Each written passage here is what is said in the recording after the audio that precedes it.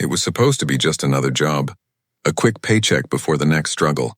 But for Grace Miller, nothing ever came easy. She stood outside the massive iron gates of the Whitmore estate, a mansion so large it looked like a hotel. The kind of place where people didn't smile.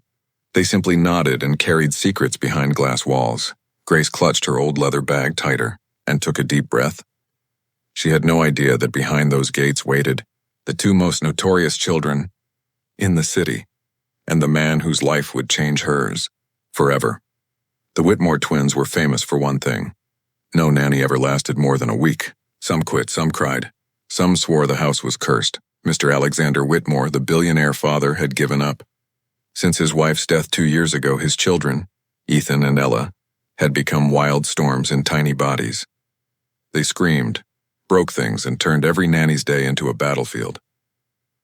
When Grace walked into the mansion that first morning, the staff whispered bets on how long she would last. "She won't make it till Friday," one maid murmured. "I give her 3 days," said another. But Grace wasn't like them. She'd seen struggle, loss, and loneliness far worse than misbehaving children. The twins didn't waste time testing her. At breakfast, Ethan spilled orange juice on purpose. Ella tossed pancakes at her. Grace didn't yell, she simply smiled, wiped the mess, and said, "That was a good throw. But I bet you can't do it twice." The twins blinked, confused. Every nanny before had screamed or stormed out. Grace laughed instead, and that was the beginning. Days passed. Grace sang while cleaning, cooked food that actually smelled like home, and told bedtime stories. Not from books, but from her own imagination.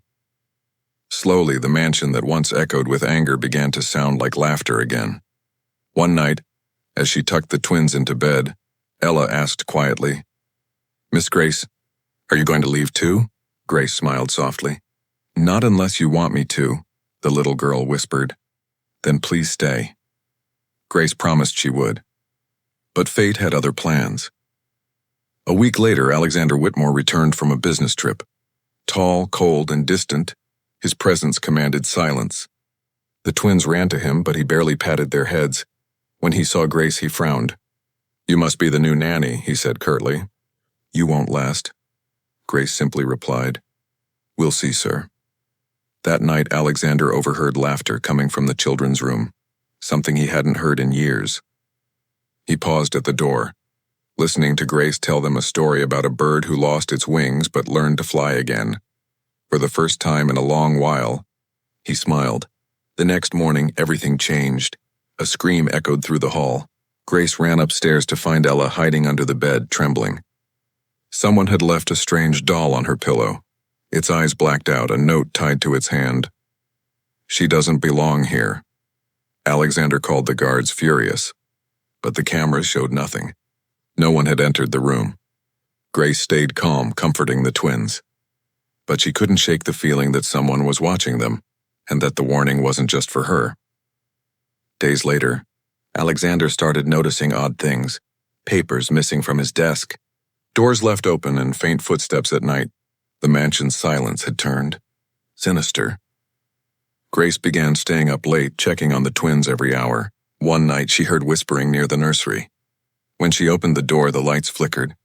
A shadow moved behind the curtain and vanished. She found another note under Ethan's toy box. "The truth will destroy you."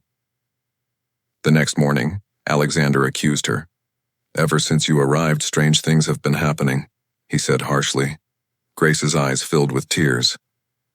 "You think I'd ever hurt those children?" He didn't answer. But later that night, when he checked the twins' room, he saw something that froze him. Grace was sitting beside the bed, holding both children's hands, whispering a prayer, tears running down her face. That's when he realized she wasn't the problem. She was protecting them. The following day, Grace found an old photo hidden inside a drawer. A woman who looked eerily like her, standing beside Alexander and the twins' late mother. Same smile, same eyes. Grace's hands shook. When Alexander saw it, he went pale. "That's impossible," he whispered. "That woman was my wife." Grace was speechless. She wasn't related to her, at least not that she knew of. But the resemblance was haunting. That night, the truth came out. Alexander confessed that before his wife's death, she had written him a letter saying that one day Someone would come to care for their children better than he ever could. Someone who would carry her spirit forward. Grace realized that maybe she was meant to be there. Maybe fate had chosen her for this. Weeks passed and the house felt alive again. Alexander softened. The twins grew gentler and laughter returned. Then came the final twist. While cleaning the attic one morning, Grace found a hidden box. Inside were journals, the late wife's diaries. One entry stood out. If anything happens to me, find Grace Miller. She doesn't know me yet, but I owe her my life. Grace froze. She remembered a hospital years ago. A car accident victim she had once helped while working as a nurse's aide. That woman was Alexander's wife. She had saved her once before. When Alexander read the letter, he couldn't hold back his tears. All this time, he said quietly, you were the one she wanted here. You were meant to protect them. Grace looked at the twins, smiling through her tears. I didn't save her then, but maybe this was how I could make it right. From that day on, she wasn't just their nanny. She became part of their family. And for the first time since tragedy struck the Whitmore mansion, the house wasn't haunted anymore. It was home.